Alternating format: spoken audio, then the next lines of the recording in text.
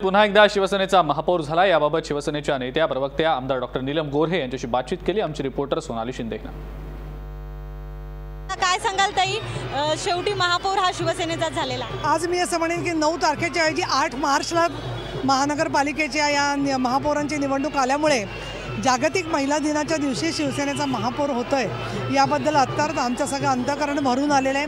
मुंबईकरांच्या ज्या समस्या आहेत, मुंबईकरांचा जो विकास आहे, मुंबईची जी सुरक्षितता, या प्रश्नावरती शिवसेना लोकांना न्याय देऊ शकेल यासाठी खूप काम करावं हाच आमचा संकल्प आहे। आणि महापौरपदी महाडेश्वर आणि उपमहापौर म्हणून हेमांगी वरळीकर हे चांगल्या मतदानाने निवडून येत आहेत। माननीय उद्धव साहेब यांनी बाळासाहेब ठाकरे यांचं स्वप्न परत एकदा पूर्ण केलेलं आहे आणि मला असं वाटतं आज 2017 आहे, 2022ची ज्या वेळेला निवडणूक असेल त्यामध्ये गेल्या 5 वर्षामधली जी कामं पूर्ण व्हायची बाकी आहेत ती पूर्ण करणं आणि मुंबईकरांना अधिकाधिक विकास देणं आणि हा जो सगळा तुम्ही जल्लोष बघता आहे हा निश्चितचपणे मुंबई सुरक्षित राहावी यासाठी जनतेने केलेली एकजूट आहे। भाजपने पारदर्शकतेच्या मुद्द्यावर शिवसेनेला विरोध केला।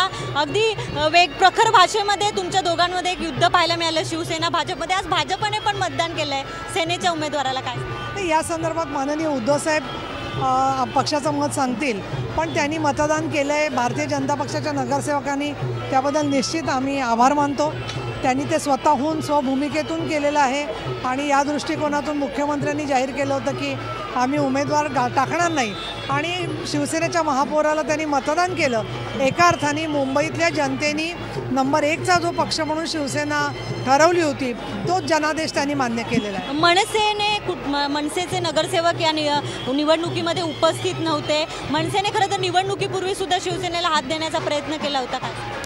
मनसे का उपस्थित राहिली नाही त्याचा त्यांनी विचार करून त्यांचं मत त्यांनी मांडलं पाहिजे, पण शेवटी जनता जनार्दनामध्ये जो येईल त्याच्यासह जनतेच्यासाठी म्हणून आपण काम करत असतो। एकूणच शिवसेनेचे मंत्री किंवा आमदार सुद्धा गॅलरीमध्ये उभे राहून हा सगळा सोहळा पाहत होते, त्यामुळे शिवसेनेची आज मुंबईत दसरा दिवाळी आहे असंच काहीसं वातावरण आहे। मुंबईहून व्हिडिओ जर्नलिस्ट विकास सोनाली, महाराष्ट्र।